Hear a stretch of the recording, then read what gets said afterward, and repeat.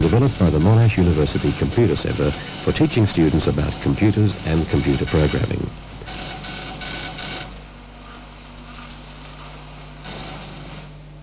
While it is a relatively small and portable computer, it has the same principles of operation as large computer systems costing many times as much. We call it our Educational Computer System, or ECS for short. We will show the ECS in operation, describe briefly how it works, and how programs and data are prepared for it. As you watch the system now, it is following a sequence of instructions stored in the memory of the processing unit. The sequence of instructions, known as a program, is in this case causing the computer to repeat the sequence of reading data from a card, carrying out some calculation, and printing the results. In diagrammatic form, here is what the computer is doing. It reads two numbers, x and y, from a card, computes x multiplied by x, that is x squared, y squared, x plus y, x squared plus y squared, then prints x, y, x squared, y squared, x plus y, x squared plus y squared on one line, and returns to read the next card.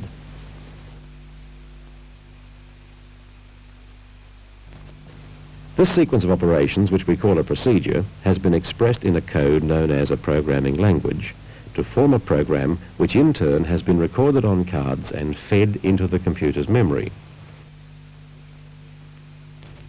With the program in the memory, the processor of the computer can execute or obey the sequence of operations specified. Having seen the computer carrying out the simple procedure defined in our flow diagram, we will now follow through the steps taken to make it do so. The flow diagram is coded, in this case using a programming language called Fortran to produce the program. Each line of the program is called a statement. The first statement has a label 10, which can be used as a reference number. READ, X, Y cause the computer to feed one card through the reader and two numbers to be read, one to be stored in the memory in a location referred to as X, and the other in a place referred to as Y. A equals X asterisk X caused the processor to read the number from location X, multiply it by itself, and put the result in location A. Likewise, B equals Y asterisk Y results in the number from location Y being copied by the processor, multiplied by itself, and the answer stored in location B. After C equals X plus Y is executed, C holds the sum of the two numbers, and D equals A plus B results in D containing X squared plus Y squared. The PRINT statement yields 6 numbers on the one line. Having done the required calculation with the numbers from one card, the processor is directed to execute the first statement again by the instruction go to 10. The computer continues repeating the instructions from read to go to 10 until finally it runs out of data cards and tells us so. The end of the program, by convention, is indicated by END as the last statement. We will now review the operation of the program. I would like you to imagine that you are the processing unit of the computer, reading and executing the program, and see if you would produce the same effects that you will now see diagrammatically. Here is our diagrammatic computer. It has memory locations referred to by X, Y, A, B, C, and D. A processor in which the arithmetic is carried out as specified by the program statements that will appear here. The machine has a card reader, and at the moment it is set up with the first data card containing 2 and 3 ready to be read. In addition, there is a line printer on which the results will appear. The processor reads and interprets the first program instruction, read, X, Y, which activates the card reader with the following results. The first data card, containing 2 and 3, is fed past the read station, the 2 and 3 being copied to X and Y respectively, leaving the second card in the reader waiting to be read. The processor now reads and interprets instruction 2 with the following results. A copy of the 2 in X is taken into the processor, where it is multiplied by itself, giving 4, which is returned to the memory location A. The processor now interprets and executes instruction 3, which specifies that the contents of memory location Y should be multiplied by itself to give the result in memory location B. A copy of the contents of Y is taken to the processor, where it is multiplied by itself, giving 9, which is returned to the memory location B. And the processor moves to instruction 4, which specifies that a copy of the 2 in X is taken to the processor, followed by a copy of the 3 from Y. The two numbers are then added, giving 5, which is returned to memory location C. The processor moves to instruction 5, which it executes, taking in a copy of 4 from A, followed by a copy of 9 from B. The two numbers are then added, yielding 13, which is copied into location D. The processor interprets instruction 6, printing X, Y, A, B, C, and D. 2 is taken from memory location X and becomes the first number on the line of the line printer. 3 from Y, 4 from A, 9 from B, 5 from C, and finally 13 from D. The last statement of the program, go to 10, directs the computer back to the first statement, which was labelled 10, where it reads data from the next card. You can now watch the previous sequence repeated without any commentary.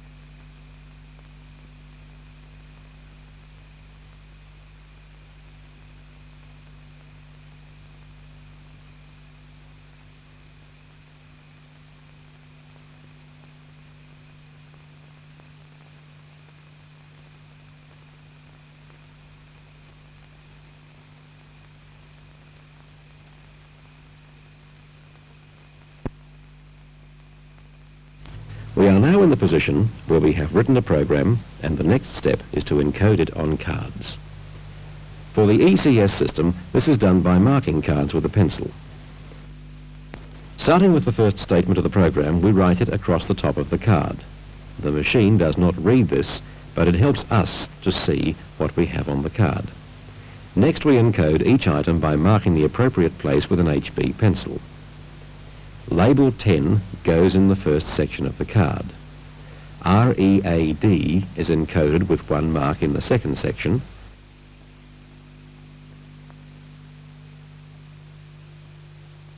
The comma with a mark extending over the adjacent characters 5 and 6.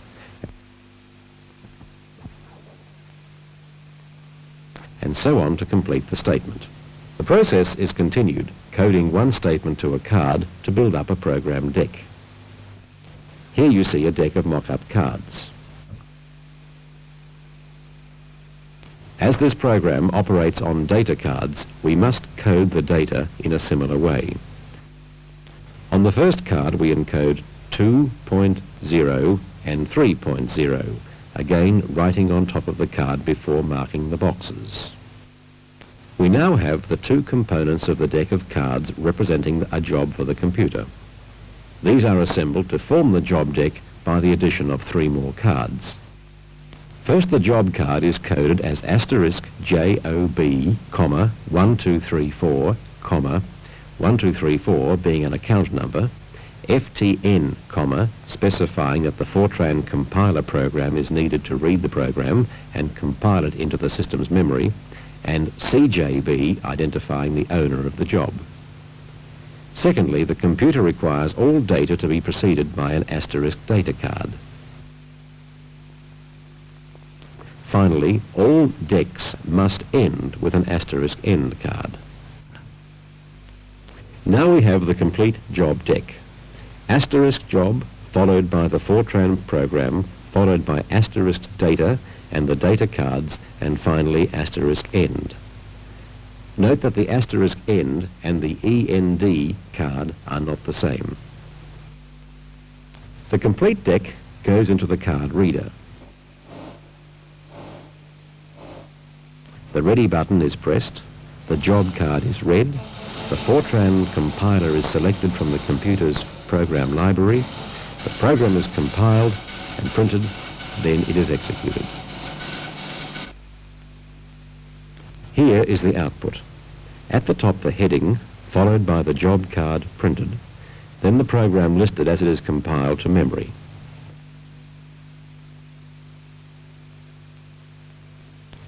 The program in this case has no errors and took 4 seconds to compile.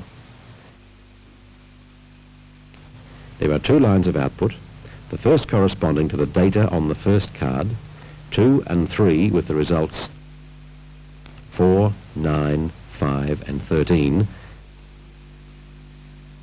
and a similar line for the second card which starts 3 and 5. The program has ended with the diagnostic message insufficient data. This error message being generated by line 1, the read statement. The program returns to the statement labeled 10 to try and read a card and finds there were no more cards in the reader.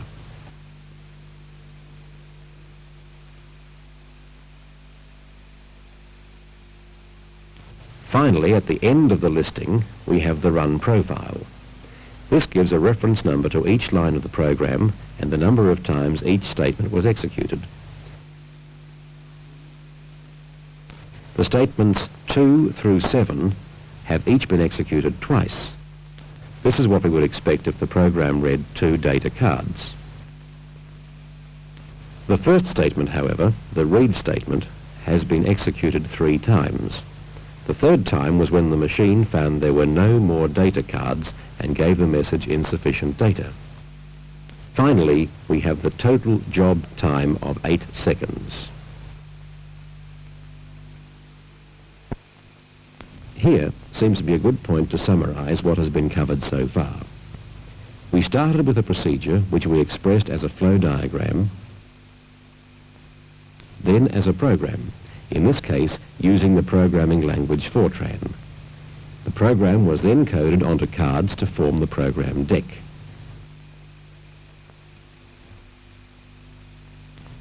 Next, we took the data to be processed and coded the data on cards to form the data deck. To these two decks we added, at the front, an asterisk job card. After the program and ahead of the data, an asterisk data card, and finally an asterisk end card. This made the job deck which we put into the card reader for processing. Our example is quite a trivial one and hardly represents a task that one needs a computer for. To end, I will show the computer run a program that does a more meaningful job. In the computer's program library is a program which solves two simultaneous equations. For our example, we will use two quadratic expressions which represent parabolas, for which we wish to find the points of intersection. The equations are y equals 0.1x squared plus 0.5x minus 2 and y equals 0.2x squared plus 1x minus 3. You may care to graph these expressions and see how long you take to get the answers.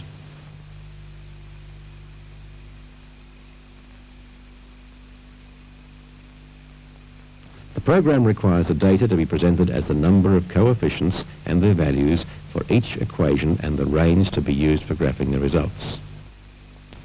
Here is the data which is to be encoded onto cards.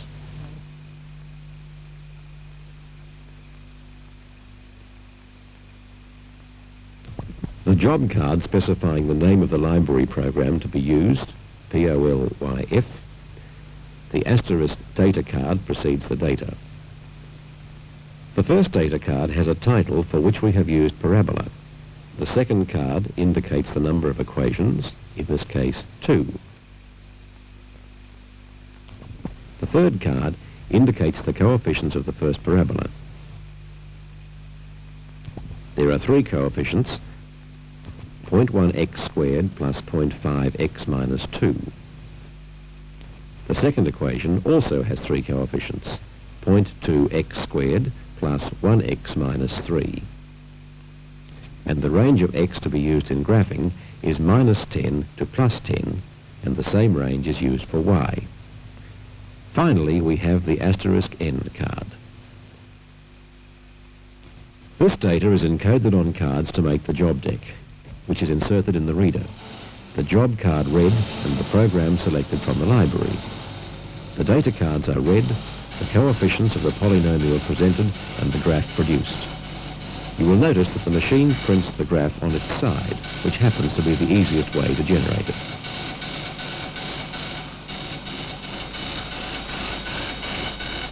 For the equations, the intersection points are at x equals 1.5, y equals minus 1, and x equals minus 6.5, y equals minus 1. The computer took 25 seconds to do that. How long will you take?